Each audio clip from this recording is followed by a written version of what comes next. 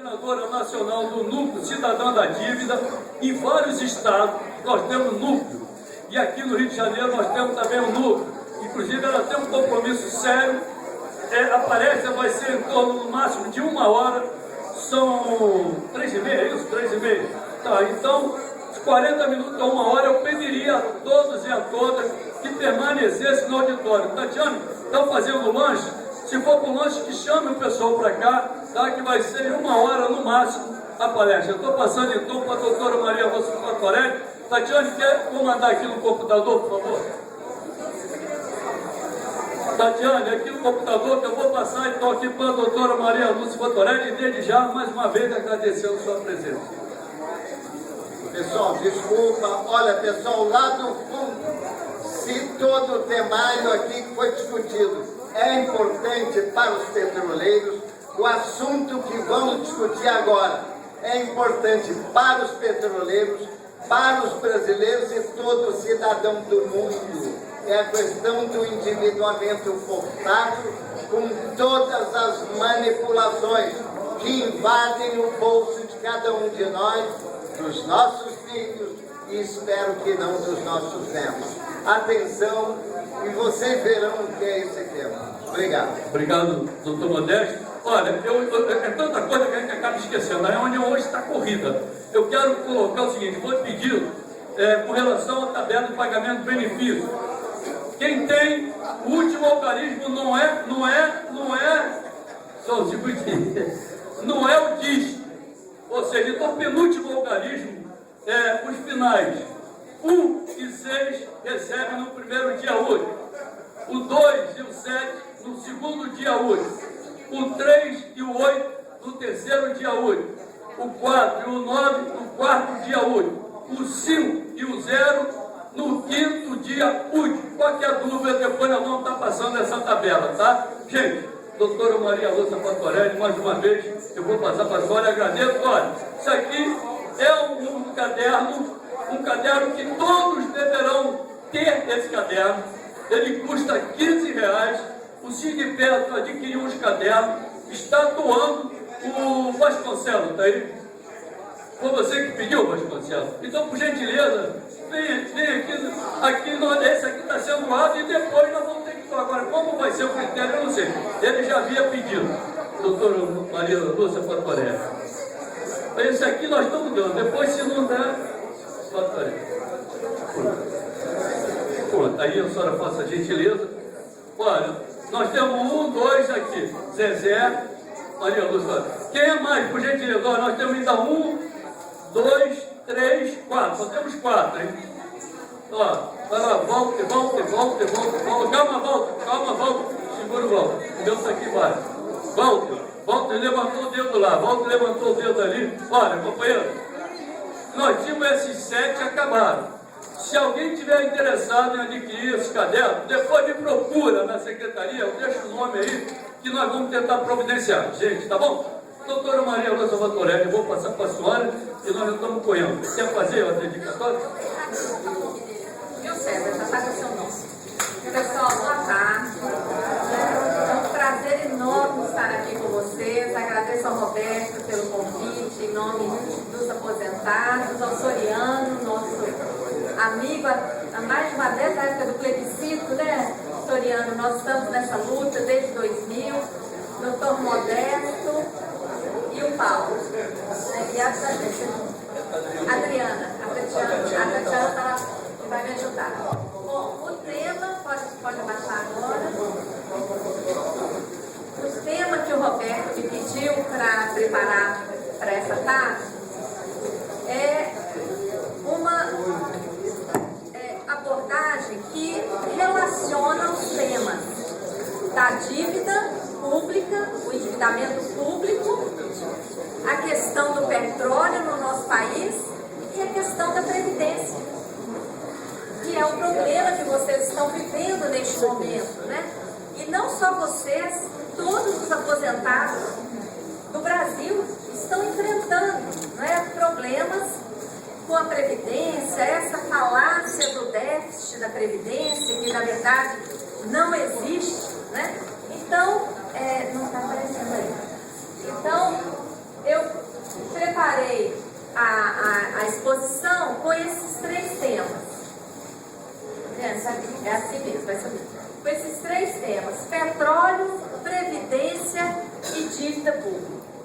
Bom, rapidamente, todos vocês acompanham o que está acontecendo lá fora, principalmente na Europa neste momento. Mas já chegou aqui em Colômbia, Chile, Argentina, a crise já está rondando, não é, a América Latina e outros continentes.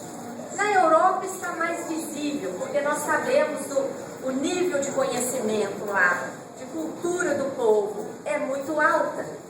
E o povo, quanto mais elevada a cultura, mais fácil mobilizar, porque eles têm consciência dos seus direitos e cobram mesmo. E vão para as ruas aos milhões. Olha só, Grécia, Irlanda, França, Portugal, Inglaterra, Espanha. Porque o que está acontecendo lá?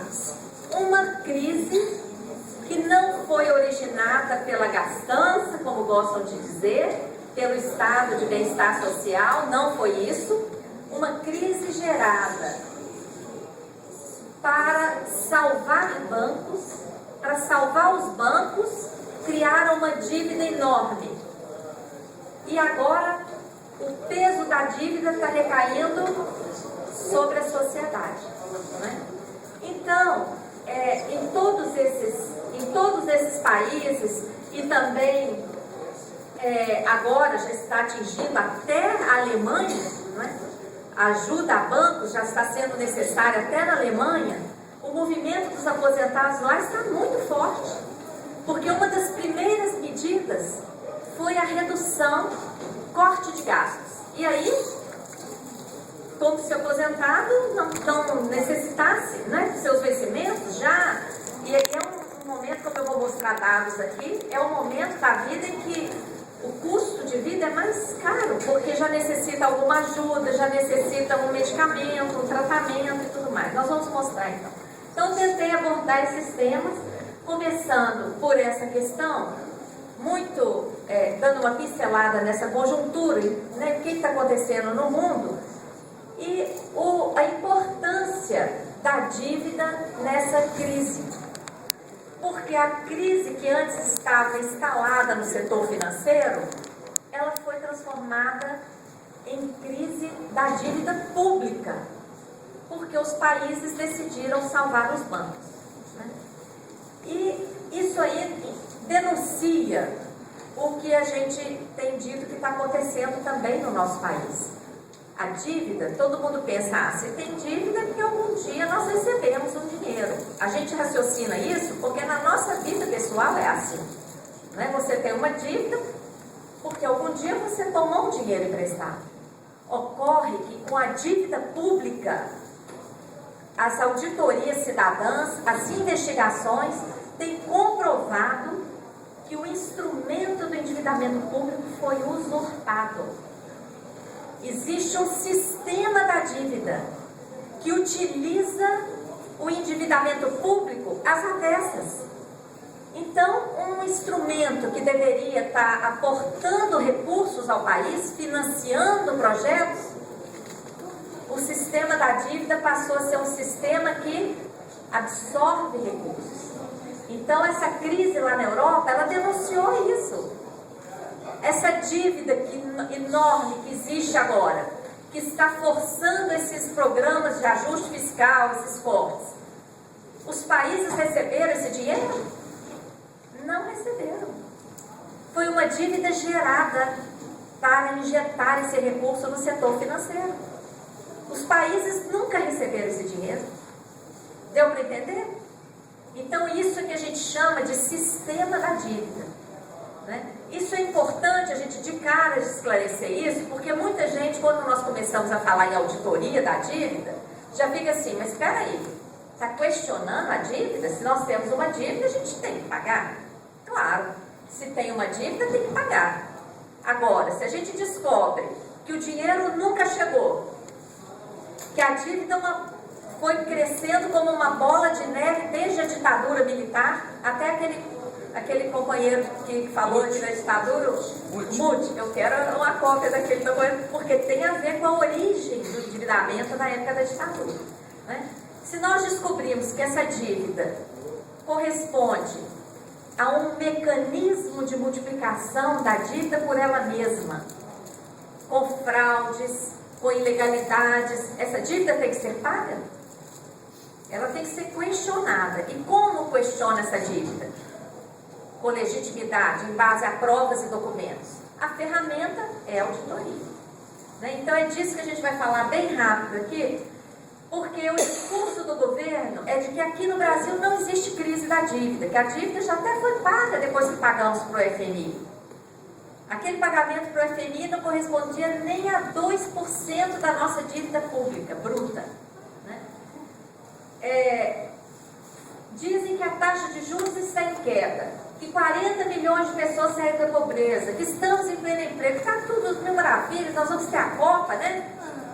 Isso é verdade? Né? Então, alguns dados relacionados a esse setor financeiro, eu queria passar para vocês. A primeira denúncia que nós fazemos é baseada no orçamento da União. Esse gráfico aí mostra todos os recursos que chegam ao orçamento da União por meio dos tributos que todos nós pagamos, não só ali no nosso contra-cheque, mas embutido em tudo que consumimos. Todos os bens, serviços, energia, telefone, água, e alimentos, vestuário, transportes, tudo tem tributo. Então, todos os tributos que nós pagamos chegam ao orçamento. Além disso, o governo tem receitas patrimoniais, né, inclusive do petróleo, e tem receitas advindas da emissão de novos títulos. Ano passado, em 2002, juntando todas essas fontes tributárias, patrimoniais e novos títulos, nova dívida, o orçamento somou 1 trilhão e 712 bilhões de reais. O orçamento da União. Desses 1 trilhão 712, vocês estão conseguindo ver quanto foi para juros e amortizações da dívida? Vocês conseguem ver aí no fundo? 43,98% em 2012, quase 44%. 753 bilhões, mais de 2 bilhões de reais por dia. Vocês se lembram do escândalo do mensalão aí há poucos dias? Por dia, vocês sabem quantos mensalões a dívida consome? 15. Por dia. Foram 140 milhões lá.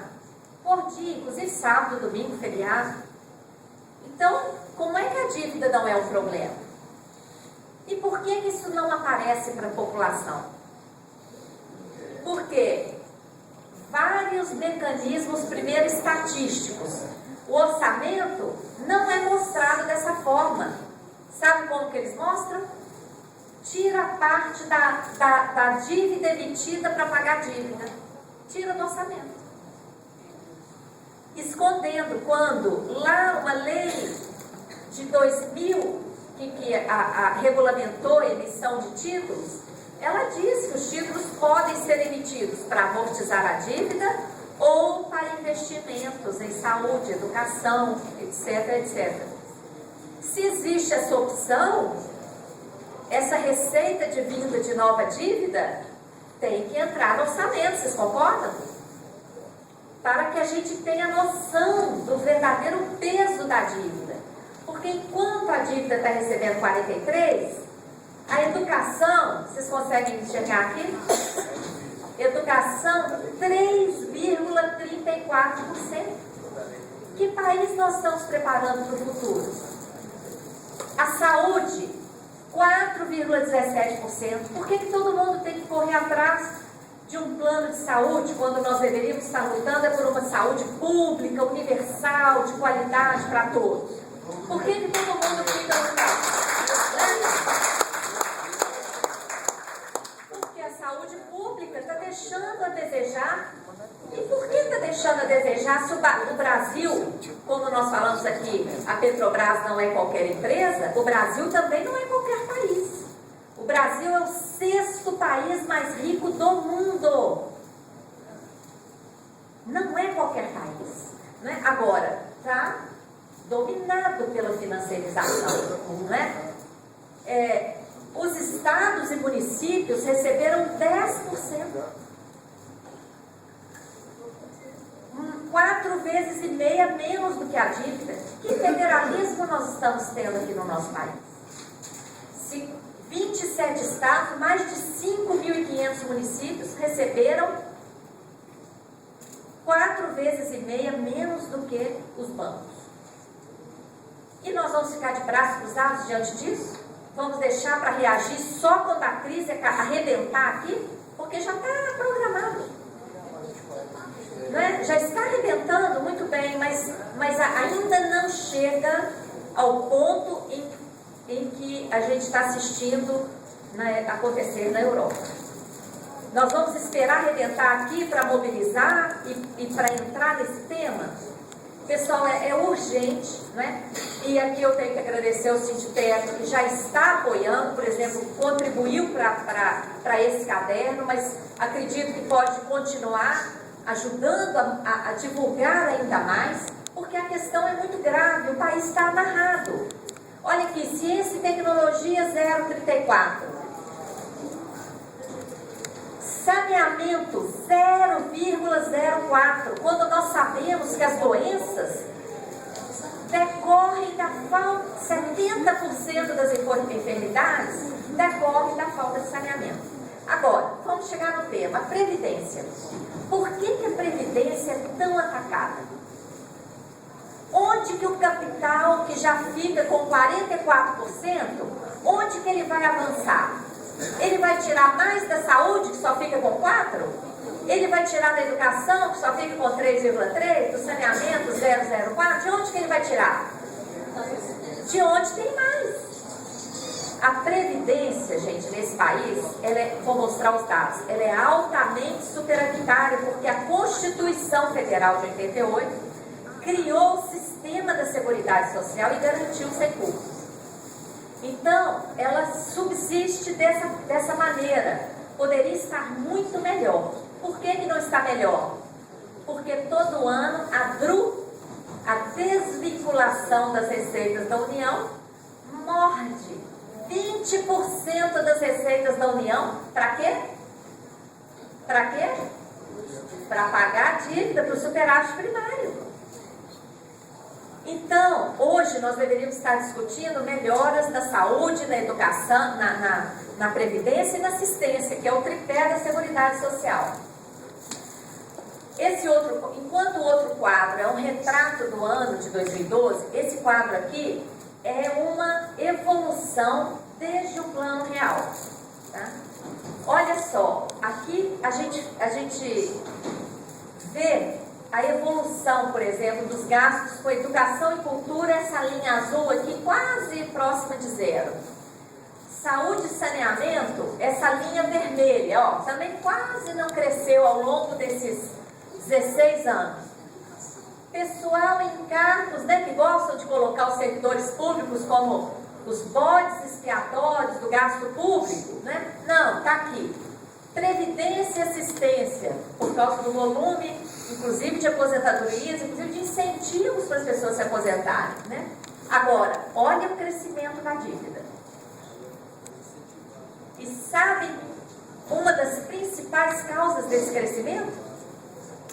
Mecanismos financeiros. Acabou a correção monetária no país a partir do Plano Real, não acabou? Acabou o reajuste automático, acabou tudo isso, não acabou? A dívida continuou tendo reajuste automático pelo IGP, Índice Geral de Preços, um índice medido pela Fundação Getúlio Vargas, uma instituição privada que não mede a inflação, ela mede uma expectativa de inflação. Qual é o nexo de nossa dívida pública ser corrigida por um índice desses? Então, olha lá o reflexo. Isso tudo tem que ser revisto, porque é um absurdo, não é? É uma maneira de extrair recursos e amarrar o nosso país, né? E muita gente está sacrificada por isso. Para entender um pouquinho, pode dar um toque. Ó, todos nós pagamos tributos. Esse tributo vai para a Caixa do Tesouro. Pode dar mais um, tá vendo? E esse recurso deveria voltar para nós. Nós deveríamos ter um retorno em saúde pública, educação pública, transporte público, tudo de qualidade, né? Mas volta magrinho, né? Porque a dívida pega uma parte mais substancial e transfere para os bancos sob a forma de juros, né? Pode ir. Os bancos devolvem uma parte com a compra de novos títulos, porque o sistema não para, né? Ele se realimenta. Também devolve com o crédito fácil, né? Já contaram aqui, por telefone, por celular, oferecendo crédito. Por que oferece crédito? Porque o que eles recebem de volta é multiplicado pelo elevado spread, pelas altas taxas de juros, né?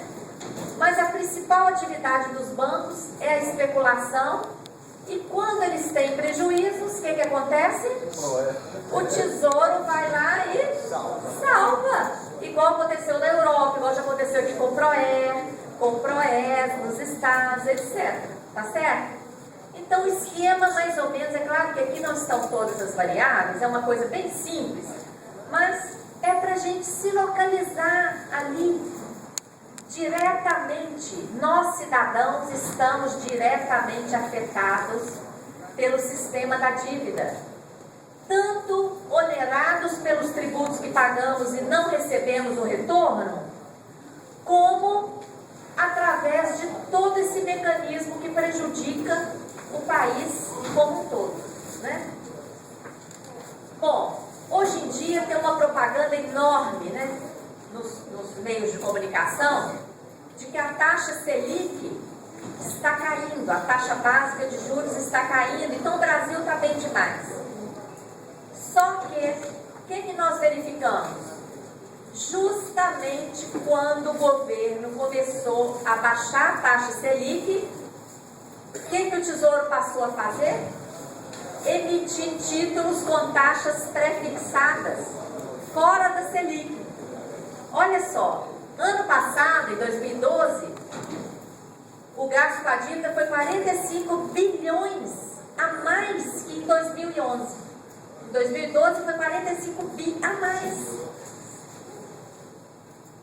E em 2012, só 4% de todos os títulos da dívida emitidos foram lastreados com base na Selic. 96% foram com base em taxas pré-fixadas e a média foi 11,72%. Olha só, o mundo inteiro está com taxa quase negativa. Nem estão cobrindo a inflação. O Brasil está pagando 11,72% de juros. Tá? Então a Selic está caindo. Quem aqui tem dinheiro na poupança? Ó, vocês notaram que com essa queda da Selic, o rendimento de vocês foi diminuído? Pois é. Por que será que os bancos não estão reclamando da queda da Selic? Os bancos não estão, vocês separaram isso? Como é que eles estão calminhos? A Selic está caindo e os bancos não estão reclamando. Por quê? Quem está sendo afetado pela taxa Selic são os cidadãos que têm a sua reserva na poupança. Os bancos estão tendo os títulos emitidos a 11,72%. Tá? Então, eu falo essas informações para vocês verem como esse sistema da dívida está afetando diretamente a vida, né, das pessoas. Isso é verdade que, comparando o lucro dos bancos ano passado e esse ano, nos 3 primeiros trimestres, a gente vê que os bancos não tiveram prejuízo nenhum. Alguns até aumentaram o lucro. Olha lá, o Bradesco aumentou, a Caixa Econômica aumentou, tá certo? Então a queda da Selic não afetou aos bancos, tá? Agora a questão da aposentadoria, tá? Do INSS. Por que é que o INSS remunera tão mal aos aposentados no nosso país e reajusta de maneira diferenciada?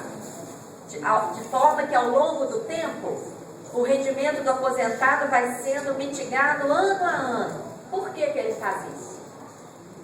O discurso é que não há recurso, né? O discurso que existe um déficit, né? Será que isso é verdade? Olha só, esse quadro não vai dar para vocês lerem, mas essa palestra já está gravada aí no computador da Petrobras. Depois vocês podem pedir para imprimir em papel para olhar de pertinho. Mas eu quis colocar a tabela inteira aqui para vocês, porque o próprio governo não divulga o orçamento da Seguridade Social. Nunca divulgou. Nunca divulgou. Então, a ANFIP, que é uma associação dos fiscais da Previdência, agora são fiscais da Receita, prepara este orçamento seguindo o que determina a Constituição Federal. Então, nessa tabela estão computadas aqui, ó, todas as receitas de contribuições que são descontadas dos nossos contra-cheques, né? Todas as receitas da COFINS, contribuição para financiamento da Seguridade Social, contribuição social sobre o lucro líquido e todas as demais receitas da Seguridade Social. Aqui, no lado das despesas, ele computa todas as despesas com os aposentados, do regime geral e do regime... Obrigada, Floriano. Aqui, ó. Todas as com previdenciários urbanos, previdenciários rurais, os benefícios da LOAS, né, de assistência social, Bolsa Família, despesas com a saúde pública anual, despesa de assistência, todas as despesas. Olha só, comparando as receitas previstas na Constituição Federal, só receitas da Seguridade, não são os impostos, são contribuições e receitas. Fazendo a conta, receitas da Seguridade menos as despesas, vocês sabem quantos bilhões sobraram em 2012? Vê se dá para ler só esse númerozinho aqui, ó.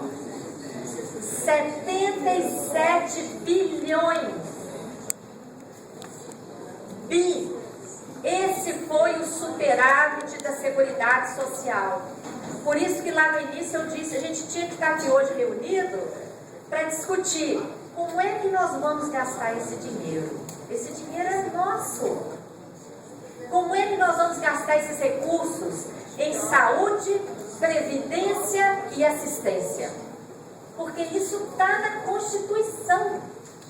Então, em 2012 sobraram 77, em 2011 sobraram 77, em 2010 56, em 2009 33, em 2008 64,7. Vocês estão vendo? E para onde foram esses recursos? Foram para pagar a dívida. Foram para os bancos. E são os bancos mesmo que financiam as propagandas dos fundos privados. Por quê? Porque o modelo de contribuição definida, que está regendo a maioria dos fundos, só se ilude quem quiser, porque o nome diz contribuição definida, ponto. Você não tem garantia nenhuma do benefício, vai depender do funcionamento do mercado, né? Então, os bancos ganham muito, receita certa e nenhum compromisso futuro de pagar benefício. Então, essas propagandas do déficit da Previdência, do rombo, toda essa falácia é para atrair as pessoas para a previdência privada, não é? Isso é uma armadilha. A crise mundial está mostrando isso, né? O mercado não rendeu o que deveria render, as pessoas ficaram. Então, gente, nós temos que fortalecer a luta pela previdência social pública, saúde pública. E não tem jeito de discutir isso sem discutir o problema da dívida, que é o ralo que está escoando os recursos do sistema. Concorda comigo? Pode passar. Quais os impactos do endividamento sobre a Previdência? Né? Bom, todo esse discurso que a dívida está aí, ela tem que pagar, ela tem que ser paga, e ela consome um volume enorme de juros. Então, continuamente são subtraídos direitos dos trabalhadores e dos aposentados, são trabalhadores. Né? Só para dar alguns exemplos. Bloqueio a aprovação de qualquer projeto que beneficie aposentados. Como, por exemplo, o projeto de lei 4.434/2008, que recupera o número de salários mínimos na época da concessão do benefício. Quem aqui já aposentou há mais tempo sabe disso. Que aposentou com um número de salários e hoje recebe muito menos. Então, essa lei aqui era para, quer dizer, gente, não é nenhum privilégio. É simplesmente a manutenção de um direito conquistado depois de 30, 40 anos de vida laboral. Né? Então, o que aconteceu com esse projeto? Bloqueado, retirado. Né? O PL 3.299 também de 2008, que acabava com o fator previdenciário. Não anda. E, aliás, em 2010, vocês estão lembrados que o fator previdenciário chegou a ser, o fim do fator previdenciário chegou a ser aprovado no Congresso? Vocês se lembram disso? E que dia que o Lula vetou? Vocês se lembram? Dia da estreia do Brasil na Copa do Mundo. O Congresso aprovou o fim do fator previdenciário. E no dia da estreia do Brasil na Copa do Mundo, o Lula vetou. Ninguém falou nisso, estava todo mundo olhando o jogo. Né? Aí, então, o veto ao fim do fator previdenciário de 2010, que eu acabei de falar, negativo ao aumento dos aposentados na lei de diretrizes orçamentárias. Qual que é o discurso? Não tem recurso. Não tem recurso, não pode, vai quebrar a Previdência. Não é assim? Ainda joga a culpa nos aposentados, afetando a autoestima de muita gente. Quem gosta de se sentir um peso que está ameaçando as contas do país? Isso é um abuso. Porque dinheiro está sobrando, a questão é a opção política de como gastar. Agora, se ninguém souber que é a dívida que está consumindo, se ninguém brigar por isso, vocês acham que isso vai mudar? Tem chance de mudar? Quem está usufruindo desse modelo está muito contente. Né? Nós que estamos prejudicados é que temos que gritar. Né? Por favor. Ó, essa aqui é Não, mobilização, né? Ó, a própria Fundação Getúlio Vargas levantou a inflação, o INPC, a inflação, Índice Nacional de Preços ao Consumidor, e a própria Fundação Getúlio Vargas, privada, né, calculou o índice de preços ao consumidor para a terceira idade, porque é diferente. A cesta de consumo da terceira idade, vocês concordam que é diferente? Tem vários itens que uma pessoa da terceira idade precisa que um jovem não vai precisar. Então a cesta é diferente. A Fundação Getúlio Vargas mediu isso aqui. Então, essa linha azul é o índice de inflação da terceira idade. Olha quanto que ele é maior do que o índice de inflação normal. E como é que está o reajuste da aposentadoria do INSS? Ela está abaixo disso aqui, ó, a cada ano. E quando ela deveria ser maior, ela deveria reconhecer que aquela pessoa já doou a vida dela inteira de trabalho e que agora ela tem direito de ter uma velhice digna, com tranquilidade, né? Porque de fato ela precisa de mais recursos. Os dados da própria Fundação Getúlio Vargas mostram isso, né? Bom, Agora, em vez de estarmos aqui discutindo a melhoria do sistema, porque recursos existem, o que veio por aí? Mais reforma da Previdência. E não é reforma igual a gente faz reforma para melhorar, né, na casa da gente, não. É anti-reforma, né? O que está na pauta? O que está na pauta dessa nova reforma? Estabelecimento de idade mínima para aposentadoria, redução das pensões, porque antes a pensionista recebia praticamente o que o titular recebia, não é certo? Sabe qual é o raciocínio agora? Não, aquele provento de aposentadoria era para o casal. Um faleceu, agora pode ficar com metade ou até menos. Olha o raciocínio. Como se o seu aluguel caísse pela metade, o seu condomínio caísse pela metade, tudo caísse pela metade. Olha só o raciocínio, é esse. Então, a redução das pensões, redução da contribuição patronal para o INSS. Está sendo feita uma propaganda de modernidade em cima dessa isenção da contribuição patronal. Trata-se de uma benesse para as grandes empresas, de um direito que é nosso, porque é uma apropriação pelos empresários de um salário indireto dos trabalhadores, porque a contribuição patronal, a contribuição que a empresa faz para o INSS, ela vai para esse caixa da Seguridade para remunerar os aposentados, para remunerar o sistema de saúde e assistência. Quando o governo dá uma isenção dessa contribuição, o que ele está fazendo com o orçamento da Seguridade?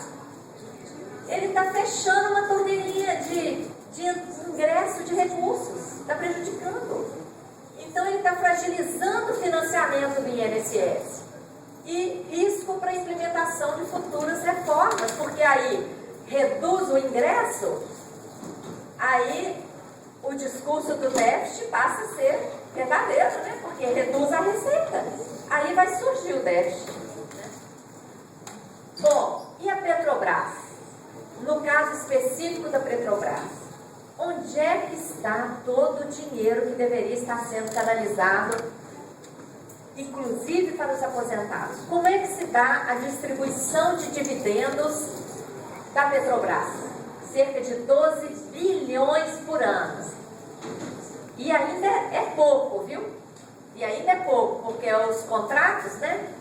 A parte que fica com o país é muito pequena, né? Qual é a destinação desses 12 bilhões? Parte vai para os investidores privados. Quem tem ação da Petrobras vai receber dividendos, né? Inclusive estrangeiros que possuem ações da Petrobras recebem os seus dividendos. E a parte pública, a parte da Petrobras que ainda é de propriedade do governo. O que o governo faz com os dividendos? Olha aqui, a Lei 9.530 de 97. Serão destinados à amortização da dívida pública federal, a receita do Tesouro decorrente do pagamento de participações e dividendos pelas entidades integrantes da administração pública federal, inclusive os relativos a lucros acumulados em exercícios anteriores. Então, o lucro da Petrobras, da parte pública, fica para o país? Por lei de 97, lá votada lá no governo Fernando Henrique, por lei, e essa lei está em vigor até hoje, todo o lucro da Petrobras, da parte pública, vai para pagar dívida, né? E os royalties do petróleo? Vocês estão vendo, inclusive hoje no Congresso, está lá uma discussão de 20 bilhões, né? 20 bilhões para a União e cerca de 20 para os estados. O que aconteceu em 2012? Da parte da União, cerca de 10 bilhões ano passado, 6 bilhões ela destinou para o superávit primário. Não ficou com a União. Vamos fazer a conta na próxima tela, quer ver? Ó, em 2012, os recursos destinados à reserva de contingência, esse nome reserva de contingência, é a economia forçada. para produzir o superávit primário para pagar os juros da dívida. Então, da distribuição de dividendos, 12 bilhões, faltou o número aqui, não sei por que não está aparecendo, 12 bilhões aqui, ó, foram dos dividendos federais, foram para pagar a dívida. Dos royalties, de 10 bilhões, 6 foram para pagar a dívida. Então, a soma saiu o número aqui, ó, 18 bilhões ano passado.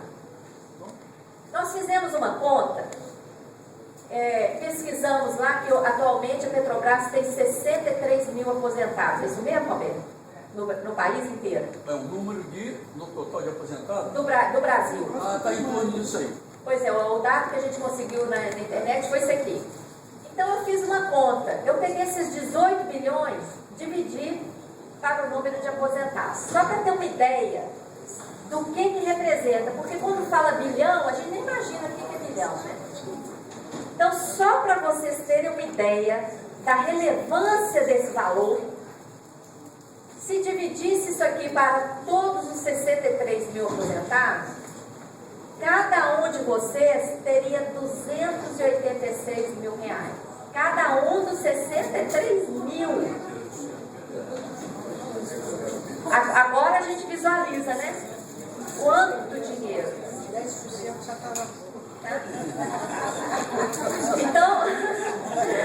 Então vocês estão vendo como que a dívida está absorvendo os recursos do país? E que dívida é essa? Né? Nós temos que perguntar, que dívida é essa? Né? Falta ainda falar do Fundo Social do Pré-Sal, porque muita propaganda também está sendo feita, porque quando foi aprovada a Lei 12.351 lá em 2010, esse artigo 47 fez o maior sucesso, e eu também bato palmas para ele, porque, criou o Fundo Social com a finalidade de constituir fonte de recursos para o desenvolvimento social, regional, na forma de programa, projetos, combate à pobreza, investimento na educação, cultura, esporte, saúde, ciência, tecnologia, meio ambiente, mitigação e adaptação às mudanças climáticas. Excelente, né? Muito bonito. Só que o que diz o artigo 50, parágrafo único da mesma lei? Os investimentos e aplicações do Fundo Social serão destinados preferencialmente a ativos no exterior. E quais são os ativos lá no exterior, gente, que inclusive provocaram a crise? Os derivativos, os ativos podres. E o que diz o artigo 51? Os recursos do Fundo Social para aplicação dos programas e projetos a que se refere o artigo 47 deverão, não é poderão não, é deverão ser os resultantes do retorno sobre capital. Quem que diz isso? O que quer dizer isso? O Fundo Social arrecada bilhões, é obrigado a mandar para investir em ativos no exterior, e só o rendimento dos ativos somente é que vai para essas áreas aqui, ó. E por que isso? Olha só a apropriação das nossas riquezas. Né? Bom, diante disso, gente, nós temos que perguntar que dívida é essa que está impedindo o nosso país de ser o que ele deve ser, o que ele é, né? E está impedindo a vida digna, né, aos brasileiros. De onde que veio toda essa dívida, que já supera 3 trilhões? Quanto tomamos emprestado? E quanto já pagamos? O que realmente devemos? Quem contraiu esses empréstimos? Onde foram aplicados? Quem se beneficiou? Qual a responsabilidade dos organismos internacionais, dos credores? Como é que nós vamos responder essas perguntas? Com uma auditoria. E nós vamos ficar esperando que o poder público faça essa auditoria? Nós cobramos. A gente cobra, porque essa auditoria está prevista na Constituição. Então a gente cobra. Mas a gente não fica parado enquanto isso. Né? Então nós estamos trabalhando, pode passar, numa auditoria cidadã. Inclusive aqui no Rio de Janeiro tem um núcleo da auditoria cidadã da dívida. O Murilo, doutor Murilo, médico aposentado, Levante Murilo. é o coordenador local. Juntamente com vários companheiros, está aqui a Márcia Perrone, está aqui o próprio Modesto da Silveira, que é parte do núcleo. Não sei se chegou mais alguém, que eu não estou enxergando. Se tiver, levanta a mão para eu anunciar. Oi? O Roberto, desculpa, o Roberto participa do núcleo. E várias... O companheiro também queria bastante. Também. Antônio Martins. Pronto, Antônio Martins, já foi várias vezes também, está apoiando. E hoje, inclusive, nós vamos fazer uma reunião de trabalho, porque a Secretaria de Fazenda do Estado do Rio de Janeiro entregou para o doutor Murilo uma série de documentos do Estado do Rio de Janeiro que tem uma dívida enorme. E a gente quer saber que dívida é essa, não é? Então, o núcleo vai investigar essa dívida, né? A auditoria está prevista na Constituição. No ano 2000, nós realizamos um